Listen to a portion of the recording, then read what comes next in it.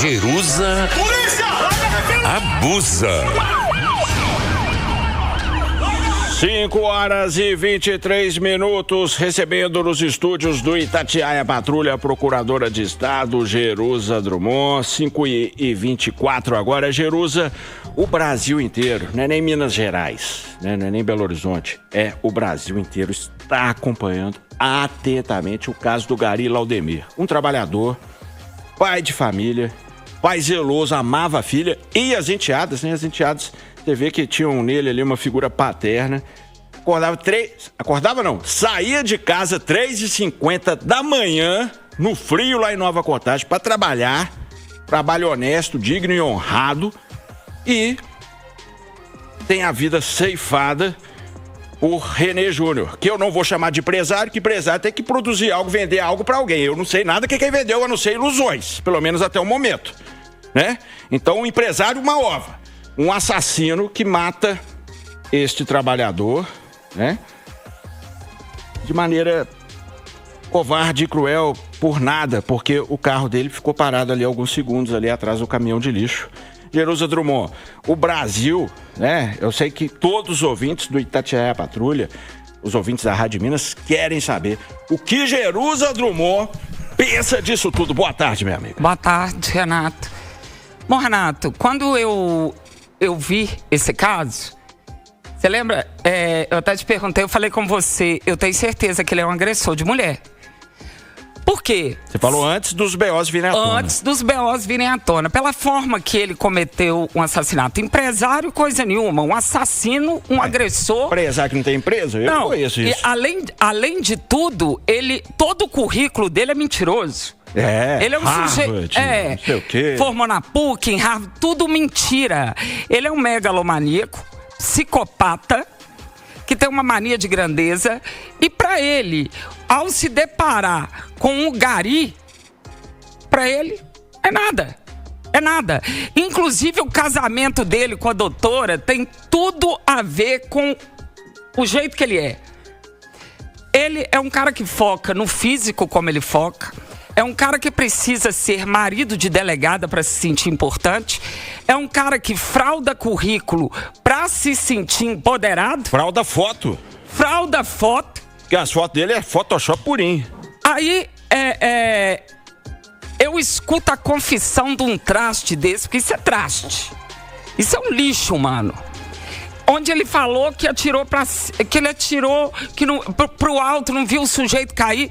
Bom, Renato, um cara que, porque o carro dele não passava, ele ficar nervoso. E outra, ele desceu do carro, depois que o carro já havia passado, ele desceu, voltou, carregou a arma. E o pente caiu no chão, né? O pente caiu no chão, ele pegou e atirou na direção desse Gari. E continuou a vida dele normal. Como se nada tivesse acontecido. Um sujeito desse não podia estar solto com a ficha corrida que ele tem. Aí todo mundo chega e fala assim, cara, mas como que uma mulher tem relacionamento com esse cara?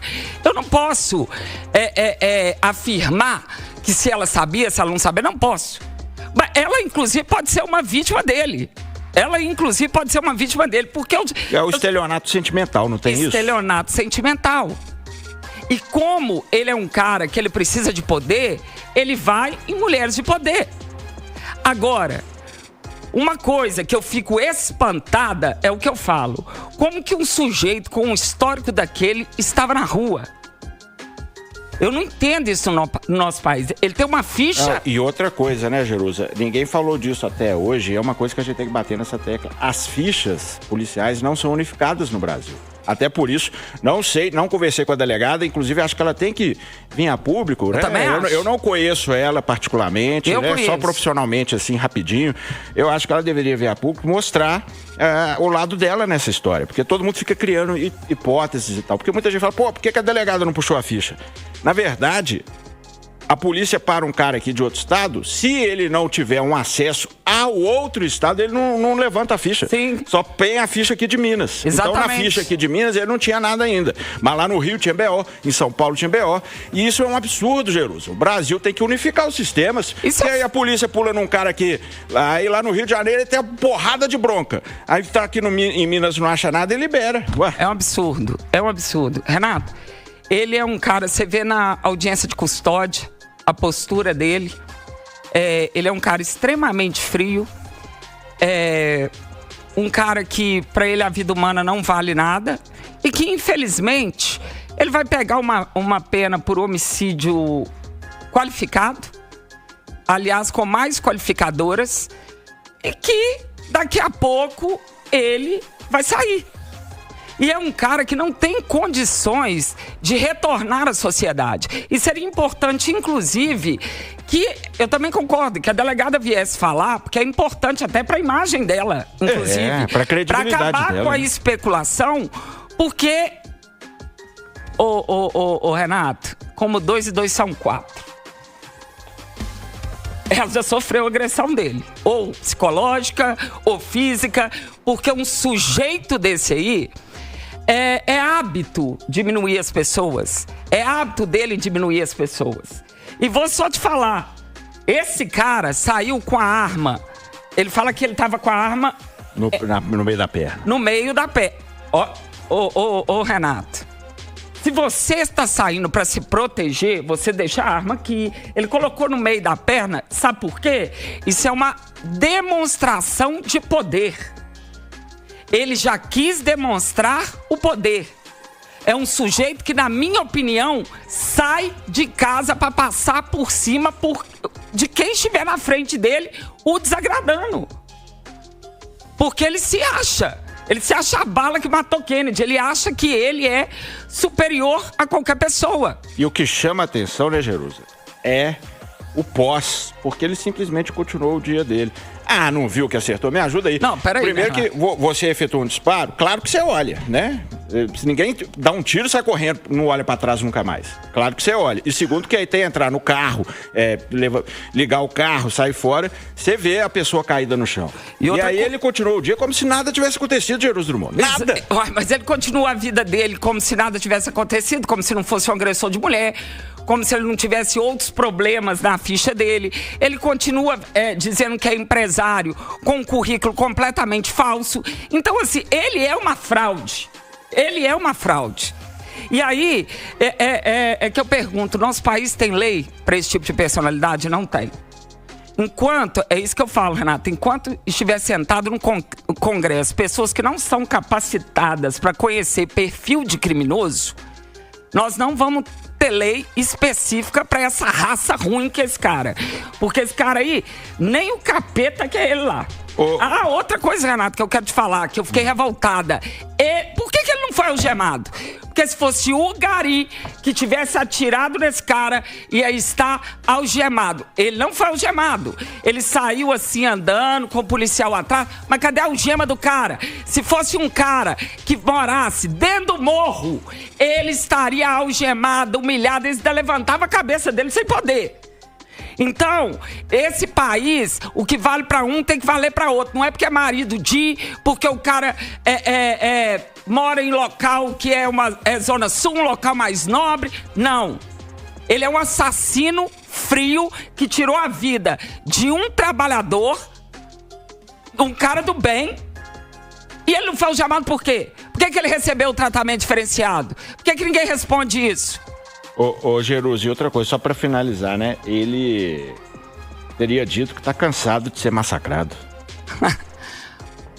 É um imbecil, né, Renato? Ô, Renato, primeira coisa, eu não entendo, que eu acho que um cara desse, qualquer hora, toda hora que ele for falar, tem que cortar a fala dele, porque isso aí não pode falar, isso aí não pode conviver com ninguém, isso aí... Coitado, tá cansado de massacrar. E a viúva do cara lá? E a mãe do Gari? E a filha dele? Deve estar cansada de quê? Por que ele foi transferido, Renato? Você sabe? Pois é, diz que foi questão de ameaça, né? É outra coisa. Esse cara... Mas ele não é o bichão? Ele não é o bambambam? Então fica lá no meio da galera...